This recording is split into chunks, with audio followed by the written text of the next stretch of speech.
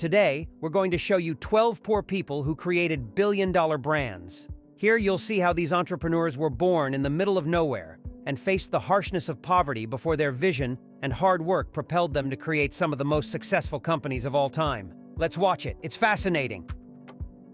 Amancio Ortega. The Spanish fashion magnate was just 13 years old when he overheard a store owner tell his mother that they could no longer sell him goods on credit. At that moment, he vowed that his family would never go hungry again, and he certainly kept that promise when he became the richest man in Spain several decades later.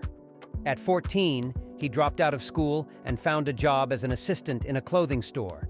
But it was in 1963 that he took his first steps as an entrepreneur by founding Confecciones GOA, a company that specialized in manufacturing gowns, which he and his wife sewed by hand until they had enough funds to hire employees.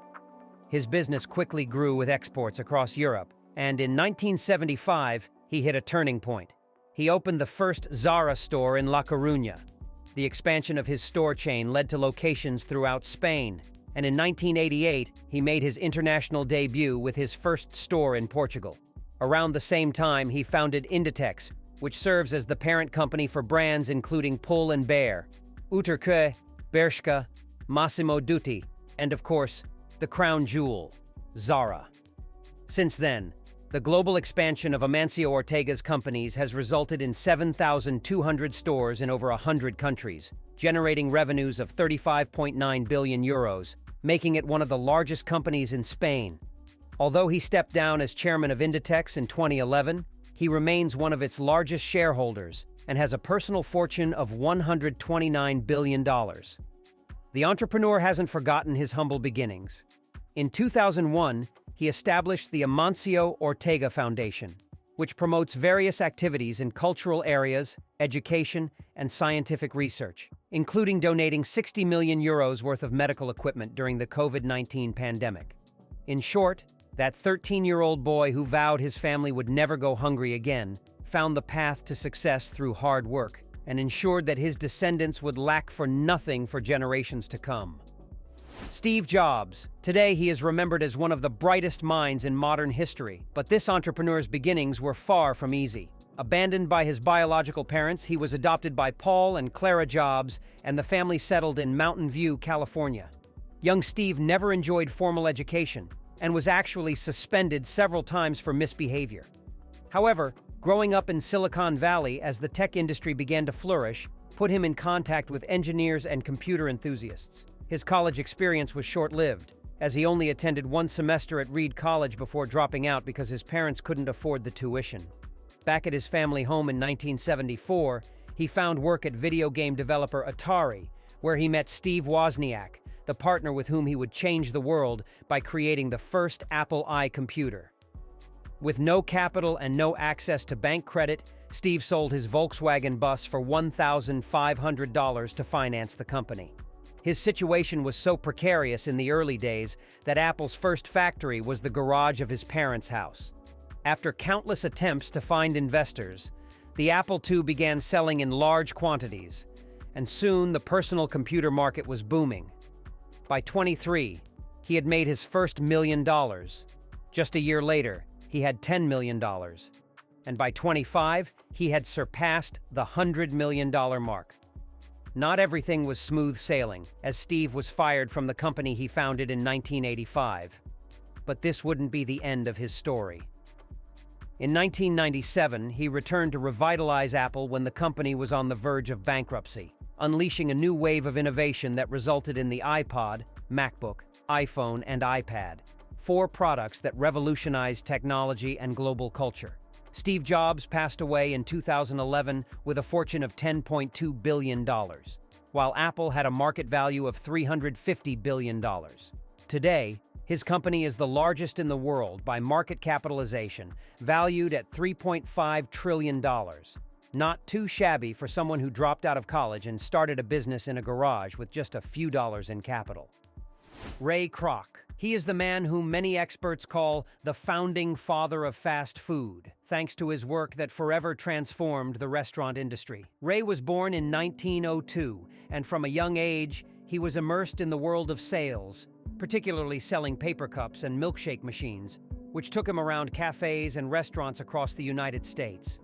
Those trips not only gave him experience in the industry, but also allowed him to develop a clear vision of what made a restaurant successful. However, it wasn't until he was 52 that he had the idea that would change the fast food franchise industry forever. The spark came during a visit to a modest hamburger restaurant in San Bernardino, California, run by the McDonald brothers. When he realized they needed the capacity to prepare 40 milkshakes at once, something clicked in his mind. The key to success was there, in the simplicity and efficiency of the model. The McDonald brothers stripped away everything unnecessary by getting rid of waitstaff, porcelain dishes, and endless menu options.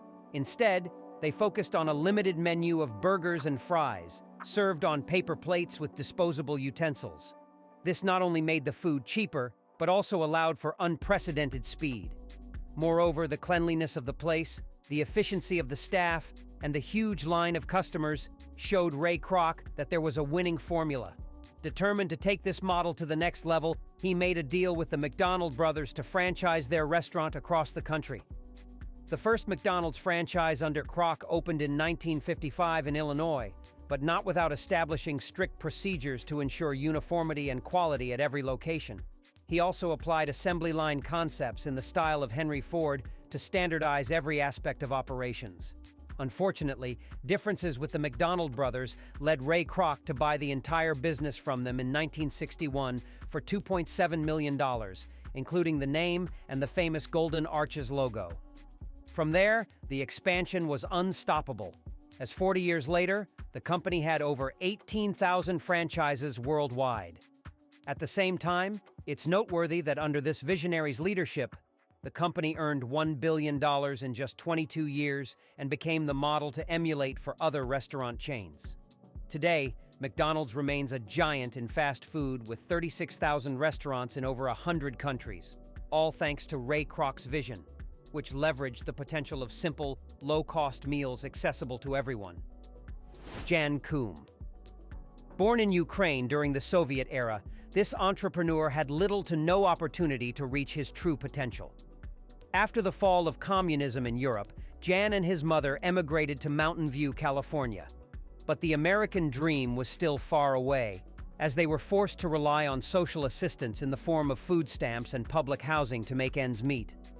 During his teenage years, his mother was diagnosed with cancer and had no choice but to work as a janitor in a store for a tiny paycheck. Despite their circumstances, she was an enterprising person who learned quickly and wasn't afraid of hard work. 2 years after arriving in the United States, he taught himself programming and gained hands-on training in cybersecurity by joining the hacking group Babiuzowo. Although he attended San Jose State University, he dropped out after a year due to the demands of his job at Yahoo. With his entrepreneurial spirit, he met Brian Acton, and together they started developing various ideas. As new technologies like Skype emerged, they began to formulate a concept for improving the user experience, laying the groundwork for a messaging app that would make phone calls and texting easier. On May 3, 2009, they launched the first version of WhatsApp, but the app failed to attract public attention. Everything changed when Apple updated the iPhone operating system to allow push notifications, and they soon saw their messaging platform gaining thousands of users day by day. By 2011, WhatsApp's mega success attracted the attention of investors who injected tens of millions of dollars to help the company grow, and in 2014, when the platform reached 265 million users, they received an offer they couldn't refuse: $19 billion from Facebook to buy their company. Today, that man who once worked as a janitor has a fortune of $16.3 billion. He hasn't forgotten the hardships he faced during his childhood and adolescence, when he needed assistance from food and public housing programs. So he created his own charitable foundation that makes significant donations to various causes related to education and the well-being of underprivileged people. Coco Chanel. The story of Gabrielle Bonheur Chanel, better known as Coco Chanel, is an example of how to turn adversity into an everlasting legacy. Born on August 19, 1883, she was the daughter of a laundress and a traveling salesman. At the age of 11, her life took a tragic turn when her mother suddenly passed away, and in an act of abandonment, her father sent the boys to work on a farm and the girls to an orphanage run by the Aubazine convent. In that orphanage, the young girl nicknamed Coco learned to sew and became a talented seamstress. At 18, she moved to Moulins, where the Mother Superior helped her secure a job as a seamstress and sales clerk at a clothing store. During this time, she met Arthur Edward Capel, a wealthy English military officer who became her patron and whose support was instrumental in helping her open her first store in Paris in 1910. Her elegant designs caught the attention of Parisian high society, and the Chanel brand took off with such force that in 1913, she opened a second boutique in Deauville to expand her influence among the nobility. 8 years later, she launched Chanel No. 5, which could very well be the most famous fragrance in the world, and created the iconic little black dress that redefined women's style.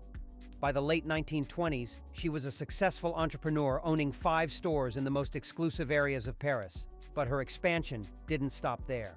In the 1930s, Hollywood called, and she designed costumes for the biggest movie stars of the time for Metro-Goldwyn-Mayer.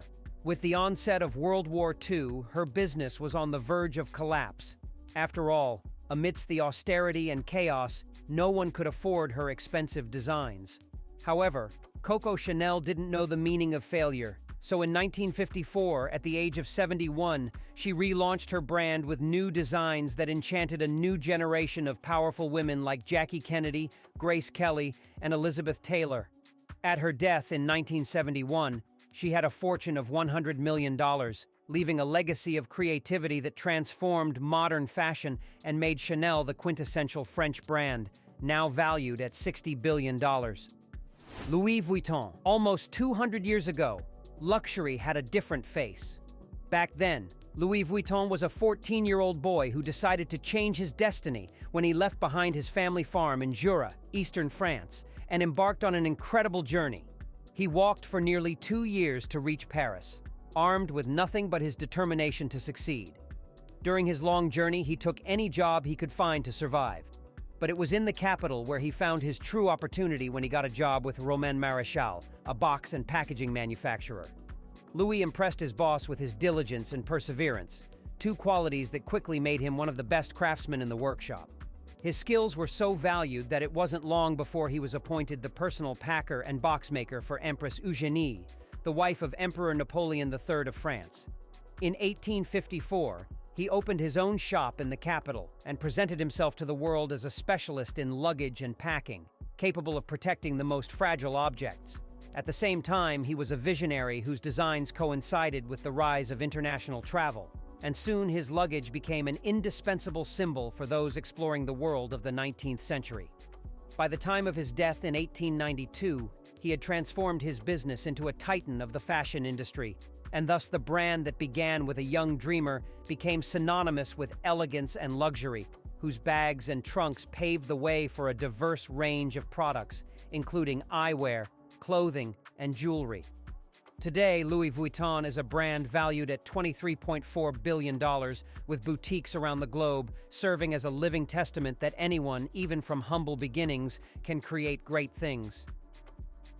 Henry Royce. Rolls-Royce is a brand whose name is synonymous with luxury and prestige on 4 wheels, but the truth is it has an origin that few can imagine. Frederick Henry Royce was one of the founders who experienced the harshest side of life. When his father's mill failed, the family fell into absolute poverty. Because of this economic collapse, the young boy who had once lived comfortably found himself delivering newspapers and working as a messenger after his father's death in 1872. At the age of 15, he began working as an apprentice at the Great Northern Railway and proved to be so efficient in his work that 3 years later he was employed at a tool factory in Leeds.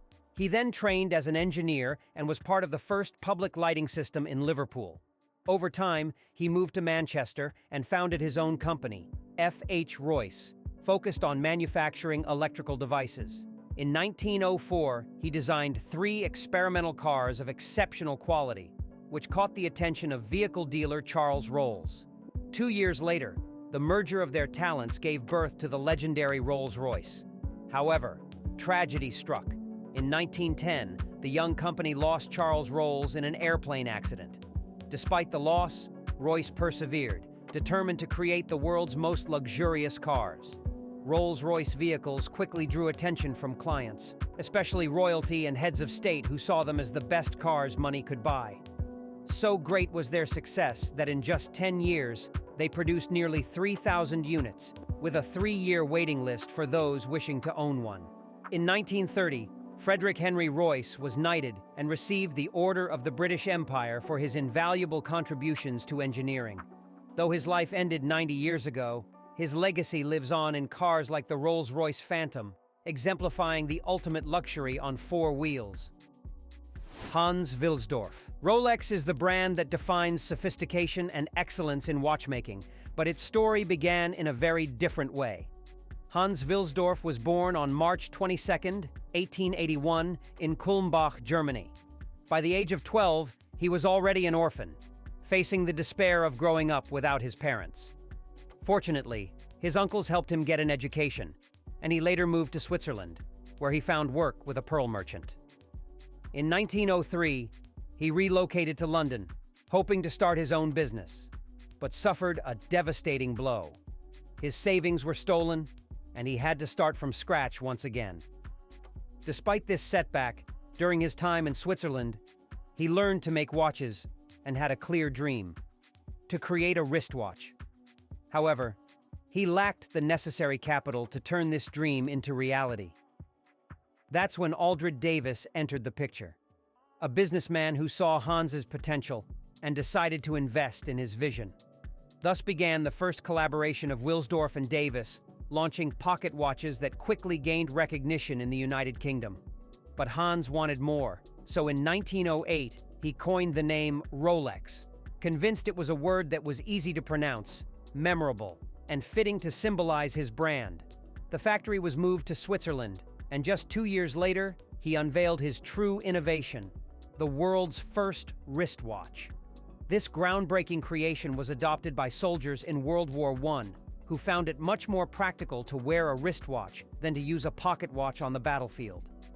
Innovation remained the hallmark of the company, which introduced the Rolex Oyster in 1927, the first waterproof watch, a quality demonstrated when swimmer Mercedes Gleitze crossed the English Channel wearing one on her wrist. By 1954, Hans was still at the forefront of innovation with the legendary Submariner, the first watch capable of being submerged up to 328 feet deep. More than 60 years after his death, Rolex continues to set the standard in the watch industry, all thanks to the vision of its founder who made luxury and precision his trademark. Milton Hershey. The story of this visionary is one of perseverance, hard work, and a legacy that sweetened the world. For the man who was born on a farm in 1857, his life was filled with ups and downs, as his early businesses failed twice before he achieved success. In 1886, he founded the successful Lancaster Caramel Company, but getting there was a journey fraught with obstacles. After those 2 initial failures, Hershey's reputation was in tatters. With no education beyond the 4th grade, no one believed he could run a business, and his poor credit kept him shut out of banks. Only one man believed in him, a bank clerk who bravely co-signed a loan to give him the funds needed to buy raw materials and keep his factory running. That act of faith was the turning point that resulted in one of the largest candy manufacturers in the world. The Lancaster Caramel Company grew rapidly, and by 1892 it was buying up its competitors. But Milton Hershey had another passion: chocolate. In 1900, he sold his successful caramel company for $1 million, equivalent to over $30 million in 2024, and dedicated himself entirely to chocolate. Since it was an expensive product at the time, he tirelessly experimented with sugar, milk, and cocoa until he created a delicious milk chocolate that was accessible to everyone.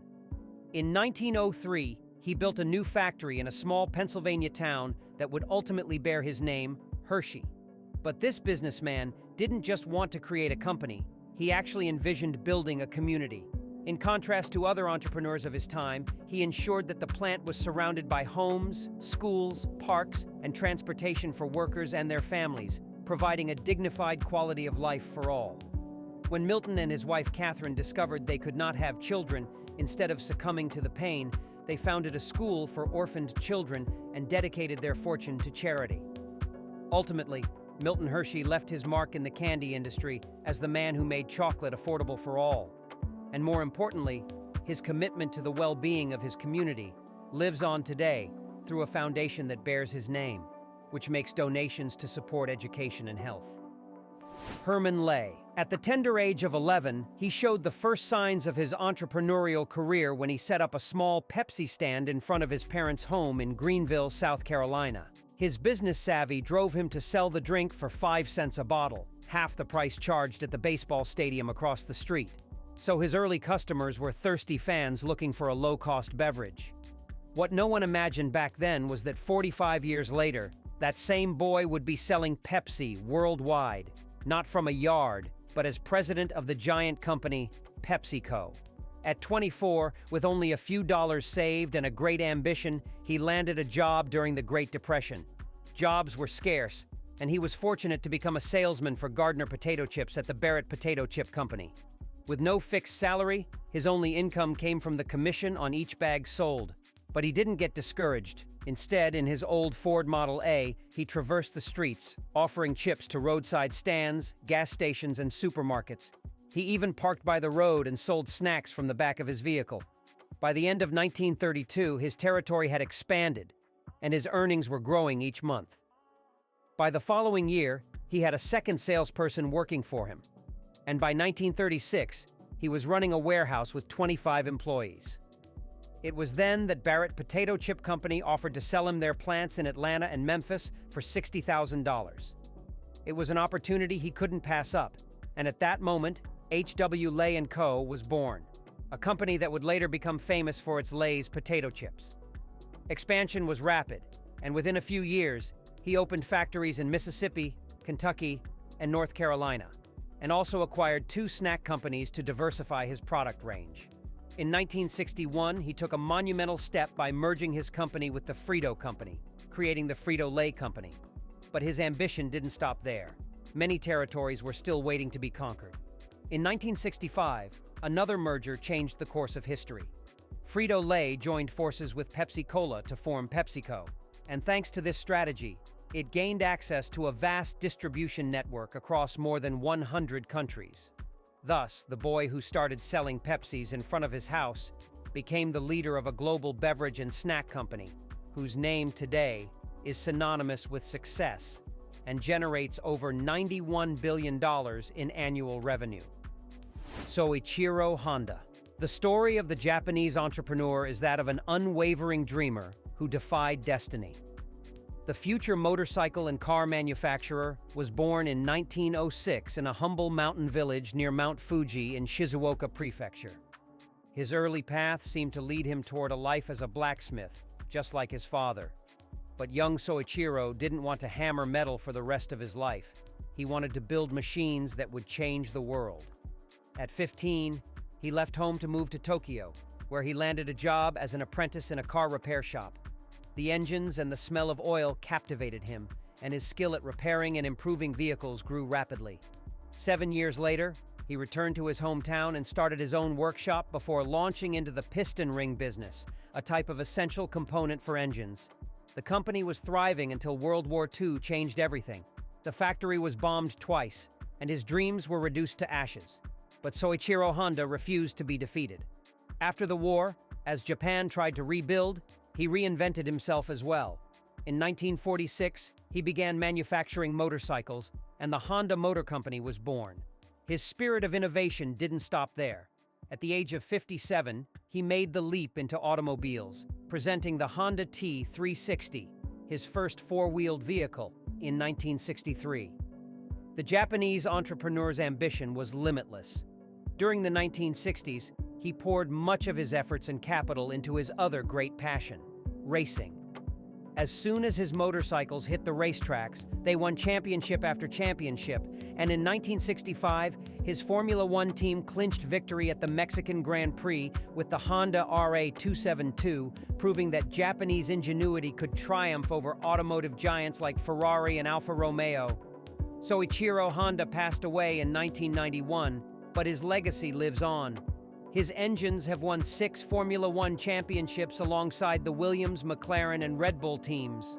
Meanwhile, his company expanded globally, selling millions of cars and motorcycles, including the Honda Super Cub, with over 110 million units sold, making it the best-selling motor vehicle of all time. Today, the Japanese company continues to innovate, from racetracks to the skies, with machines like the Honda Jet, keeping alive Soichiro Honda's vision and dream of creating fast, reliable machines. Andrew Carnegie. From the day he was born, this entrepreneur's life was a constant battle against adversity. At his birth in 1835 in the city of Dumfries, Scotland, his parents had so few resources that they often struggled to feed their children. When he was 12, the whole family emigrated to the United States in search of a better life, but lacking the means to attend school, he was forced to work in a cotton factory, earning barely $1.20 for 70 hours of work each week. For young Andrew, the American dream seemed out of reach, but he didn't give up. Over time, he found other jobs as a messenger and telegraph operator in the Pennsylvania Railroad Superintendent's office in Pittsburgh. The Scotsman proved to be so effective in his role that by the age of 24, he was promoted to his boss's position and seized the opportunity to invest his savings in the booming steel, coal, and iron industries, 3 sectors thriving during the Industrial Revolution. In 1865, he left his railroad job, and despite becoming a wealthy man through his investments, his ambition was much greater. He went all in to create his first steel manufacturing plant, which became the cornerstone of Carnegie Steel Company.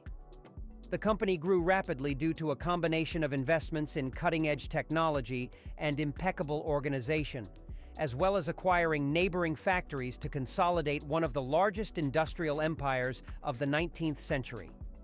By the year 1900, the profits from his steel empire amounted to $25 million until he sold his company for $480 million to J.P. Morgan, in what would become one of the largest business transactions of the early 20th century. But Carnegie didn't stop there. In his later years, he wrote The Gospel of Wealth, an essay in which he claimed that the wealthy have a moral obligation to return their riches to society. Thanks to his philanthropic efforts, he dedicated the last 18 years of his life to donating $350 million, equivalent to $5.3 billion today.